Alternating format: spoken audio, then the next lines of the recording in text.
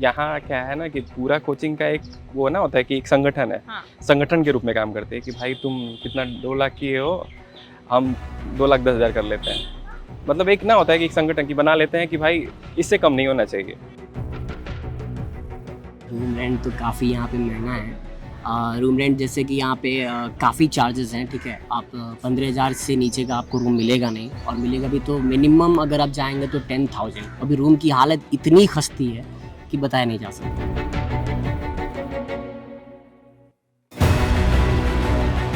खर्चे की बात करें तो यहाँ पे हम लोग जैसे मेरा रूम है, मेरा 15,000 रुपये रेंट है, और वो है 5th फ्लोर पे। 5th फ्लोर पे? 5th फ्लोर पे है, वो सबसे टॉप फ्लोर है। और उसमें क्या है कि थोड़ी भी वेंटिलेशन नहीं है, बस एक दरवाज़ा है, और उस दरवाजे के अंदर वॉशरूम, बाथरूम, किचन, एक रूम, सब कुछ उसी में है। तो आप अकेले रहते हो उस रूम में? नहीं, हम 2 लोग रहते हैं। 2 लोग रहते हैं उस हाँ। छोटे से एरिया में, जी। और वो भी 5th फ्लोर पे? हाँ, और हम लोग को रूम में ना रहना पड़े, इसकी वजह से हम लोगों ने लाइब्रेरी तक ज्वाइन कर रखी है। और लाइब्रेरी में बस पढ़ने नहीं, हम लोग टाइम पास करने की एक तरह से जाते हैं, क्योंकि रूम में हम लोग रह ही नहीं पाते हम लोग।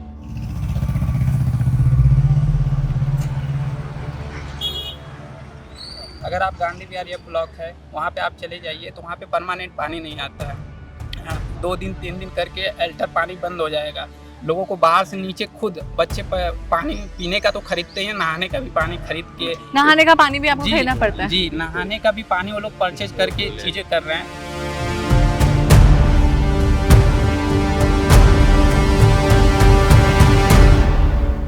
छोटा सा रूम मिल रहा है, कोई खाना भी नहीं मिल रहा है, तो वो स्टूडेंट को मजबूरी में आके लेना पड़ता है रूम, और वो मजबूरी का फ़ायदा ओनर उठाते हैं, ब्रोकर उठा रहे हैं। यहाँ पूरा मार्केट में सब लोग स्टूडेंट को लूटने के लिए बैठे हैं। सब लोग स्टूडेंट की मजबूरी कोई नहीं समझता है, सब केवल फ़ायदा उठाते हैं और उनको पैसे से मतलब है बस। कहा ही जाता है हवाएं करेंगी रोशनी का फैसला, जिस दीपक में जान होगा वही रहेगा। तो प्रतिस्पर्धा खैर है, और हम लोग कोशिश भी करते हैं कि उसमें जगह बनाएं, पर सीट होती है 1000, बच्चे सभी तो सफल हो नहीं सकते। तो 99 जो फेल होते हैं उनको कोई नहीं देखता, जो सफल होते हैं उन्हीं को देखता है।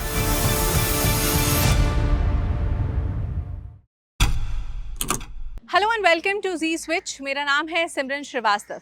कुछ ही दिन पहले हमने देखा कि राजेंद्र नगर के राउस कोचिंग सेंटर में 3 एस्पिरेंट्स की जान चली गई ड्यू टू पुअर एडमिनिस्ट्रेशन। लेकिन कहानी यहाँ नहीं खत्म होती। बहुत सारे ऐसे यूपीएससी एस्पिरेंट्स हैं जो अपने सपनों तक पहुँचना चाहते हैं, पॉलिसी मेकर्स बनना चाहते हैं, लेकिन उनके रास्तों में बहुत सारी बाधाएं हैं। बाधाएं सिर्फ एग्जामिनेशन प्रेशर का ही नहीं है, बल्कि सर के ऊपर छत का भी है। बहुत सारे स्टूडेंट्स हैं जो स्ट्रगल कर रहे हैं कि उन्हें एक ढंग का कमरा मिल सके, कमरा ऐसा जहां वो बैठकर पढ़ सके। आप बाकी सारी लग्जरीज तो छोड़ ही दीजिए कि वहाँ एसी होगी, प्रॉपर वेंटिलेशन होगा, चलने फिरने की जगह होगी, वहाँ सोने तक की भी जगह नहीं होती और प्रॉपर वेंटिलेशन भी नहीं होता। आज मेरे साथ ऐसे ही कुछ एस्पिरेंट्स हैं यहाँ। हम अभी गांधी विहार में हैं, जो कि मुखर्जी नगर से करीबन 1 किलोमीटर की दूरी पर है। स्टूडेंट्स का कहना है कि यहाँ पर जो रेंट है वो कंपैरेटिवली कम है। कम क्या आप अंदाज़ा लगा सकते हैं कितना कम? राजेंद्र नगर और मुखर्जी नगर में जहाँ एक रूम जहाँ आप ठीक से सो भी नहीं पाते, उसकी रेंट है, सिर्फ रूम की रेंट होती है 15,000 से 20,000 रुपये तक। तो उन्हें लगता है कि गांधी विहार में उन्हें एक रूम जहाँ वो ढंग से अपनी पैर फैलाकर सो पाए, वो 10,000 तक का होता है। ये है कम। आइए चलिए उन स्टूडेंट से हम बात करते हैं। तो मैं जानना चाहती थी कि आप खुद एक एस्पिरेंट है, एक एस्पिरेंट की कॉस्ट ऑफ लिविंग क्या है दिल्ली जैसे शहर में? गांधी विहार की बात कर रहा हूँ मैं तो, और वही वजीराबाद पीछे है। अच्छा। आप इसको पार करोगे, बहुत सारे गरीब लड़के मतलब जो अब यहाँ अफोर्ड नहीं कर पाते वो वजीराबाद जाता है।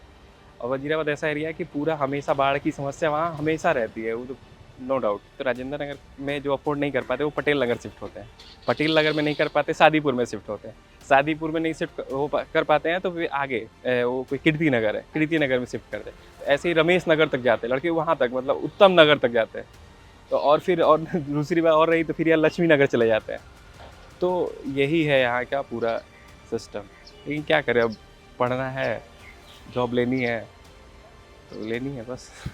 क्या है, कुछ दिखता ही नहीं। हमारे पास अधिनियम बहुत है, एक्ट बहुत है, कानून बहुत है, लागू क्यों नहीं हो रहा है ये? और आप पॉलिसी मेकर बन, और हम पॉलिसी मेकर बन के क्या करेंगे? हम भी जानते हैं कि रेंट अधिनियम है, तो क्यों नहीं यहाँ के ब्रोकर, यहाँ के मालिक को बोला जाता है? क्यों यहाँ के ब्रोकर क्यों सिस्टम है? मालिक अपना टॉयलेट का भी वो बोर्ड लगा सकता है कि भाई हमारे यहाँ 2 BHK खाली है, यू कैन कंसर्न हिम।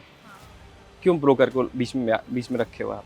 वही पार्टीशन वाला अप्लाई है, बेसमेंट में रह जो हॉस्टल में तो छोड़िए, मुखर्जी नगर चले जाइए, पीजी में आपको मिल जाएगा कि पार्टीशन प्लाई का किया गया है, उसमें लड़के बेसमेंट में रह रहे हैं, जहाँ नेटवर्क नहीं, वाईफाई से अपना काम चलाते हैं।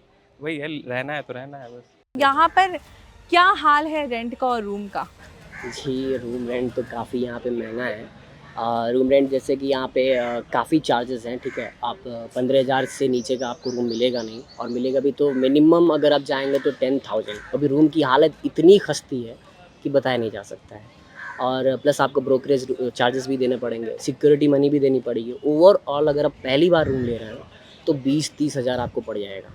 20-30 हज़ार रुपए। और ये आप सिर्फ रूम की कहानी बता रहे हैं, इसमें इलेक्ट्रिसिटी है, पानी जी, का बिल है, हाँ। सब कुछ इंक्लूडेड है? हाँ नहीं, इलेक्ट्रिसिटी इसमें इंक्लूडेड नहीं है, आपको एक्स्ट्रा पे करना है इस इलेक्ट्रिसिटी के लिए। प्लस पानी की जो समस्या है यहाँ पे, बहुत मतलब बेकार पानी आता है यहाँ पे। हमें लगता था कि मतलब ठीक है, लेकिन यहाँ के पानी जो एकदम काला काला पानी आता है, प्लस ट्रीटेड वाटर जो होता है ना, हाँ। वो ब्लीचिंग पाउडर जैसी महक वो आती है, तो काफ़ी बेकार है यहाँ पानी। तो यहाँ पर तो फिर आपके हेल्थ के इश्यूज भी बहुत ज़्यादा है। मतलब सिर्फ ये नहीं कि आप यहाँ पर रहने का कॉस्ट ऑफ लिविंग ज़्यादा दे रहे हैं, बल्कि शरीर से जुड़ी समस्याएं भी ज़्यादा है। हमने ये भी देखा कि यहाँ पर जो रूम्स है वहाँ कई जगह प्रॉपर वेंटिलेशन नहीं है। एक रूम है जो डिवाइड किया हुआ है, वहाँ पर स्टूडेंट पढ़े कहाँ और सोए कहाँ, वैसी स्थिति है। तो क्या यहाँ पर वैसे ही रूम्स हैं? रूम्स तो वैसे ही हैं, लेकिन अब सपना है कि घर से निकले हैं तो कुछ करेंगे, तो अब आके यहाँ पे वैसे ही रूम पे रहना पड़ता है। सपना है कि घर से निकले हैं तो कुछ करेंगे, तो अब आके यहाँ पे वैसे ही रूम पे रहना पड़ता है। और रही बात हेल्थ की, तो हाँ हेल्थ इश्यूज़ आते हैं। देखिए अभी हमें रूम में गर्मी लग रही थी तो हम आए यहाँ पार्क में टहलने के लिए, ताकि कुछ हवा आ सके। वेंटिलेशन बिल्कुल नहीं रहता है, हम लोगों को अपना रूम खोल के सोना पड़ता है, एग्जॉस्टर चलाना पड़ता है, लेकिन फिर भी रूम में जो उमस होती है वो मौजूद रहती है। आप कितने साल से हैं यहाँ पर? मैं अभी रिसेंटली आया हूँ, 10 दिन इन्हीं के साथ रह रहा हूँ रूम शेयर करके। अच्छा अच्छा, तो आप कहाँ से हैं? मैं यूपी से गोरखपुर से हूँ। ऐसा क्या होता है कि एस्पिरेंट्स को खींच लाता है दिल्ली की तरफ? जो यूपीएससी एस्पिरेंट्स होते हैं, अक्सर हमने देखा है कि वो अपना घर बार छोड़कर आते हैं दिल्ली, कि वो पढ़ाई करके पॉलिसी मेकर बन सके, चेंज कर सके। मैम होता क्या है कि हम लोग एक परिवेश चाहते हैं। जैसे होता क्या है, जहाँ पे जैसे लोग होते हैं तो ऐसा ही एक व्यक्ति का परसेप्शन बनता है कि अगर ये बन रहे हैं तो वो एटमॉस्फेयर के लिए आते हैं। जैसे हम गांव में भी पढ़ सकते हैं, लेकिन वहाँ पे हम अपने फैमिली जो बिजनेस है, जो भी काम होता है, कृषि हो या कुछ भी हो, तो उसमें इन्वॉल्व हो जाते हैं, तो फिर अपने आप को समय नहीं दे पाते हैं। तो इस कारण से हम बाहर आते हैं। लेकिन यहाँ पर जब आते हैं तो यहाँ पे बहुत सारी इशू भी आती है, जैसा रूम रेंट का। मैं केवल इंडिविजुअल अपनी बात नहीं कर रहा हूँ, यहाँ पे सभी की बात कर रहा हूँ। अगर आप गांधी विहार या ब्लॉक है, वहाँ पे आप चले जाइए तो वहाँ पे परमानेंट पानी नहीं आता है। 2 दिन 3 दिन करके अल्टर पानी बंद हो जाएगा। लोगों को बाहर से नीचे खुद बच्चे पानी पीने का तो खरीदते हैं, नहाने का भी पानी खरीद के, नहाने का पानी भी आपको जी, खरीदना पड़ता है? जी, नहाने का भी पानी वो लोग परचेज करके चीज़ें कर रहे हैं। जो ब्रोकर हो या ऑनर हो, वो लोग को बस पैसे से मतलब है कि आपको ब्रोकरी मिल गया टाइम पे, ठीक, सिक्योरिटी मिल गया, ये वगैरह मिल गया। रूम के कन्वेंस जो भी सुविधा होती है वो यहाँ पे नहीं। आप बात करेंगे तो जैसे पंप खराब हो गया, कुछ खराब हो गया तो ऑन टाइम नहीं, अरे मतलब उसी के साथ आपको जीना है। खराब है तो उसी के साथ आप एडजस्ट करिए, वो सही नहीं होगा। आए तो अपना भविष्य बनाने पर अपना जीवन ही ख़त्म कर ले, पर इसको लेके कोई ध्यान नहीं देता। पर सबकी अपनी मजबूरी है, अपने जीवन बनाने के लिए लोग सेक्रीफाइस करते हैं, एडजस्ट करते हैं। और लेकिन जैसे अभी 3 मौतें हुई और एक पटेल नगर में जो बच्चा करंट से मरा, उसको लेकर कोई संवेदना व्यक्त नहीं किया गया, कोई कंपनसेशन नहीं दिया गया।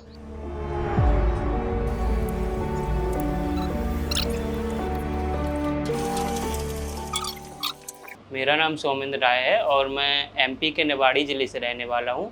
करंट में मैं यहाँ पे पिछले 3 साल से यूपीएससी की तैयारी कर रहा हूँ और गांधी विहार में यहाँ रूम से किराए से रह रहा हूँ।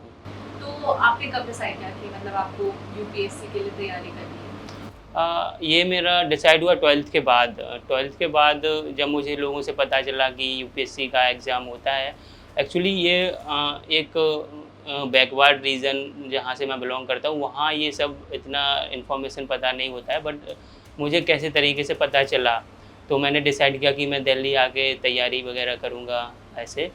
दैन फिर मैंने यहाँ कॉलेज में एडमिशन लिया, ग्रेजुएशन वगैरह की और उसके बाद मैंने तैयारी अपनी स्टार्ट करी यहाँ से। मैं एक पीजी में रह रहा था, तो यहाँ के पीजी में इतना गंदा खाना देते हैं।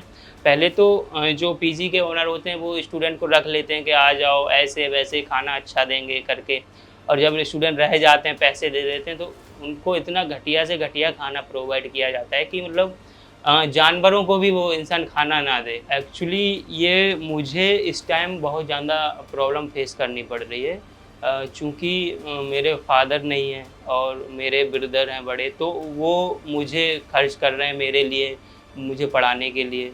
तो बहुत मुश्किल से वो 12,000 रुपये में मैनेज कर पाता हूँ, घर से आते हैं और मैं कोई जॉब भी नहीं कर रहा हूँ यहाँ पे। तो मैं बहुत ज़्यादा प्रॉब्लम है, लेकिन ये है कि स्टूडेंट हैं तो प्रॉब्लम तो यही है कि बहुत सारी प्रॉब्लम्स रहती हैं। तो ये थी कुछ यूपीएससी एस्पिरेंट्स की कहानी, उनकी ही ज़ुबानी। एग्ज़ाम प्रेशर छोड़कर उन पर बहुत सारी चीज़ों का प्रेशर रहता है, जैसे अपने सर के ऊपर एक छत ढूंढना, और छत वो भी ऐसी जो उनके पॉकेट को ज़्यादा पिंच ना करे। ये सिर्फ उन्होंने बताया कि उनका रेंट कॉस्ट ही जाता है 15,000 से 20,000 रुपये, वो भी जिस एरिया में हम खड़े हैं जिसका नाम है गांधी विहार, वो यूपीएससी कोचिंग हब से कुछ दूरी पर है। पास में मुखर्जी नगर है जो 1 किलोमीटर की दूरी पर है। अगर वहाँ पर वो रूम देखते हैं तो उन्हें 20 से 30,000 रुपये खर्च करने पड़ते हैं, वो भी excluding electricity bill, water bill, food etcetera. और ये स्टूडेंट्स जो हैं, ये छात्र जो हैं, उन्हें पैसे कहाँ से मिलते हैं? उनके घर से मिलते हैं। तो सोचिए, ये कलेक्टिव सपना है स्टूडेंट्स का, उनके परिवारों का, और ऐसे में जब उनके साथ एक बहुत दुखद हादसा होता है तो सच में पता चलता है कि सिस्टम में कितने सारे लूप होल्स हैं। अगर आपको ये स्टोरी पसंद आई तो कमेंट में ज़रूर बताइएगा, और अगर आप भी एक यूपीएससी स्टूडेंट हैं तो प्लीज़ अपने व्यूज़, अपने ओपिनियन रेंट को लेकर, कोचिंग सेंटर्स को लेकर हमें कमेंट्स में ज़रूर बताएं, और स्विच को ज़रूर सब्सक्राइब कर लीजिए।